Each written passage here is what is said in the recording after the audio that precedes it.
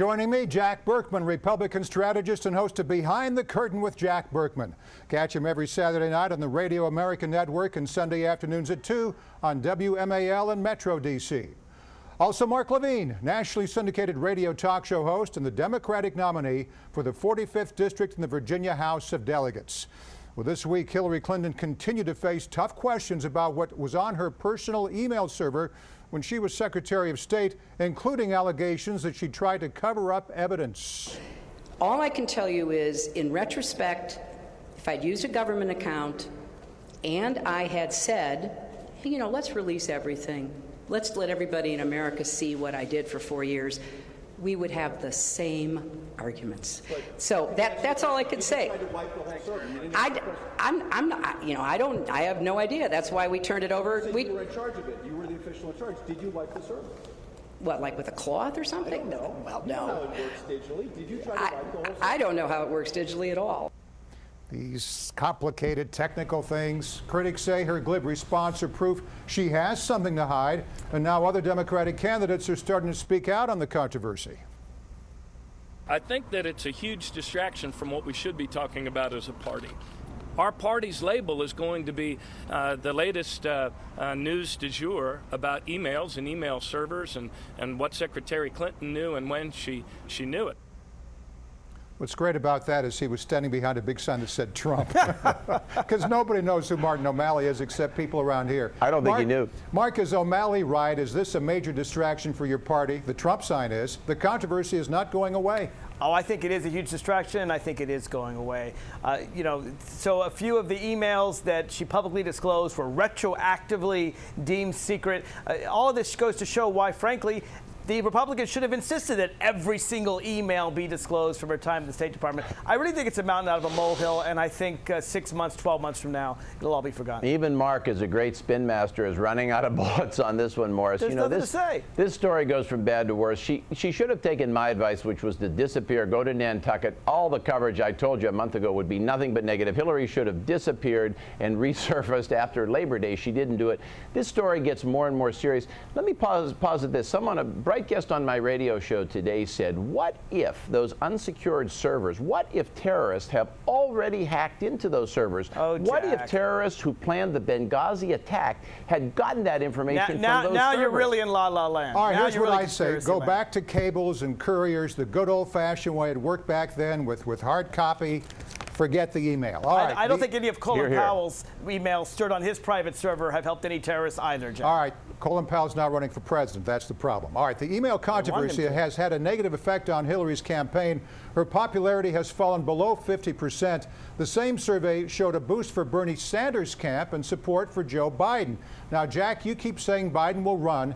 How much longer can he wait? I assume he's waiting to see if Hillary gets indicted or something like that. Well, I think Biden will run. I have some contacts inside the Biden camp, some old friends on the Democratic side who are telling me he will not run. Actually, some very well-placed sources are telling me Biden will not run. I believe that Biden will run. I think there's too great of an opportunity. Sources are saying otherwise. We shall see. What I'm hearing now, Morris, is that Elizabeth Warren is giving some serious consideration and has quietly, kind of under news radar, begun canvassing Democratic voters. I think you and your conspiracy theories, Jack. I think they've got to wait. Biden will not run. Warren will not run. Unless Hillary's indicted. Something major has to happen. She's not going to be indicted. There's no evidence she's done I'll make anything this wrong. prediction. I'm saying if she is, you see everybody else jumping in. Otherwise, they're just sitting waiting back like all of us. She's not going to be indicted. I mean, this is really, it's unfair to her because she hasn't been accused of doing anything wrong. No, you're right. I'm just saying all these other people are just waiting for that to happen. Otherwise, I think it's too late for Joe Biden. I like Joe Biden and Elizabeth Warren. I like them both, but neither of them are running. Numbers also show in a hypothetical matchup, Clinton is only ahead of Donald Trump by 6 points. Meanwhile, if Biden were to run, they have him beating Trump in some key states. Mark, does that make you nervous?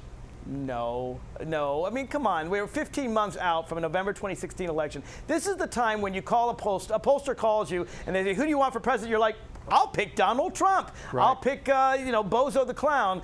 This has no meaning for what's going to happen a year from now. All right, meantime, Trump has released a policy paper on how he would handle illegal immigration. Among other changes, Trump wants to do away with birthright citizenship a major tenet of the Constitution. Jack, your party constantly references the Constitution when it comes to the right to bear arms. Now, do you think the GOP will support a change to the 14th Amendment? I think they might. I support Trump on birthright citizenship. I think what he said, I support his position on immigration, Morris, across the board. And I'll tell you, I have never seen the Republican Party coalesce like this. This might even exceed Reagan '84. I'll make you this prediction. The only primary will be on the Democratic side. Republicans will have no primary. The excitement for Trump is rapidly pushing all other candidates out of the race. I think Jeb Bush will be around because he's got $115 million in the bank and more to come, but I think he'll be an afterthought by February. I think Rubio's already collapsed. Scott Walker's gone. The only thing being talked about is Trump. I don't think there's any change in that. I think Trump's our nominee. All right, Mark, you're looking at the Constitution. I am, and I got it right here. All right. 14th Amendment, Section 1. All persons born or naturalized in the United States are citizens of the United States and the state wherein they reside. This dates back to the Civil War. This dates back to giving slaves the right to be citizens. This is a very much part of American history. Things, Mark. I mean, the idea that we're going to have people born here who can live their entire lives here and not be citizens, somehow be second-class citizens, to me is un-American. And I'll tell you something. Most Americans don't support changing this, and actually about half the Republican candidates don't support changing it. Yeah, but there's a lot of business of sending illegals over the border for the sole and exclusive purpose of having children. True. This practice has got to come to an end in this country. All right, now Trump's stance on immigration could also have some unintended side effects. Recently, 2 Boston brothers were arrested for beating a homeless Mexican man, saying that Trump's message inspired them. Here's how Trump responded. I haven't heard about that. I think that would be a shame, but I haven't heard about that. I will say the people that are following are very passionate. They love this country. They want this country to be great again, and they are very passionate. I will say that. All right, Mark, what do you think about that response? To say that people are passionate while they're beating up a homeless Mexican immigrant, I mean, come on. Even the Donald should have a little bit more concern than that. He's basically building up this nativist tendency among, I would say, a small minority of Americans. They may be a loud minority, but this idea that we don't want the latest group of immigrants. Let me tell you something. Americans oppose Germans and Irish and Italians and Jews. Now they're opposing Mexicans, but the Mexican immigrants work just as hard as the generations that came before. That's getting silly. Trump was clear. He said that was a shame. If anything, Morris, I think that's the beginning isn't really a passion, of Trump beginning to look presidential. He was starting to dial it back there. Remember we talked about when would he dial it back. I think now as an extreme front runner, running in some polls north of 30%, I think that's the beginning of the dial back. I wish he would talk about the economy. Nobody in this country is talking about the economy. If anybody knows about money and business, it's Donald Trump. We haven't heard from the Fed. The Wall Street's tanking. My 401k's in the toilet. I'll be working here until I'm 90. Let's hear from somebody in government, maybe Donald Trump. All right. Meanwhile, another Republican presidential candidate is getting flack for his recent comments on immigration. Jeb Bush used the term anchor babies when discussing the issue, and many have called the words offensive, yet Bush hasn't apologized, even firing back at reporters. Give me another give me another word. Immigrants in the U.S. That's like a 7. That's not another word. That's a 7. Look, here's the deal. What I said was it's commonly referred to that. That's what I said. I didn't use it as my own language. What we ought to do is protect the 14th. You want to get to the policy for a second? I think that people born in this country ought to be American citizens.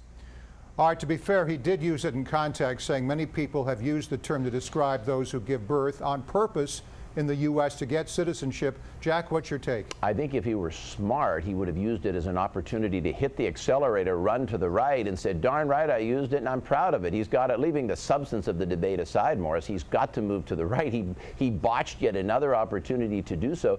Just to observe Jeb Bush is to see this stark contrast between him and Trump. One, you see this bumbling, stumbling, hesitant guy, and then you see Trump, which is a portrait of confidence. Which would any party nominate? I think we should talk about the substance of this. It's very important. There's this crazy notion that people are running across the border and dropping babies to get citizenship. It's happening. First of all, in order to sponsor your parents, if they're undocumented, you have to be here 21 years. It doesn't allow the parents to stay. Just because the kid is an American citizen, the parents can still be deported and the kid can be placed in a foster home and they can't reapply for 10 years. The reason people are coming to America is not to drop kids across the border and make them citizens. They're coming here to seek a better life. They're coming here for the same reason that you're in my ancestors. Mark, I think there's a lot of them coming here to do what Jack is suggesting because we hear the anecdotes all the time. They're Right. coming here to seek a better life. Some are, for some want themselves to and have their that families. birthright. All right, before we go, let's discuss President Obama and his Iran nuclear deal. The latest poll shows his approval ratings are down, and a majority of Americans want to reject the agreement. Now more Democrats say they'll vote no. Jack, do you think Obama will lose his veto-proof majority, and do you foresee a military conflict with Iran? Oh, I think it's very close. Honestly, Morris, it's hard to predict in the Senate. I think it could come down to 1 or 2 votes is my count. We don't know. We just don't know in the Senate. I think he could lose. It's possible. We'll see. Ultimately, in terms of a military conflict, we'll need a Republican president. There is no other way to stop a nuclearized Iran. Without some level of military force, Iran will be not just a nuclear power, but a significant nuclear power, and that's a shame. Mark, last word. I don't think most Americans want war with Iran. I think we hope this agreement will succeed. It's not a perfect agreement, but I think he will get enough to fight the veto-proof minority. Well, the veto-proof minority to stop him. At the end of the day, it's not a perfect deal, but it's better than the alternative, which is that the sanctions end and Iran develops a nuclear program We'll anyway. see. My prediction is that Obama will also win on this. Mark Levine, Democratic strategist, Jack Berkman, Republican strategist, the best political panel on TV. Thanks to you both. Thank you, Morris. Thank you, Morris and Thank Jack. you, Mark.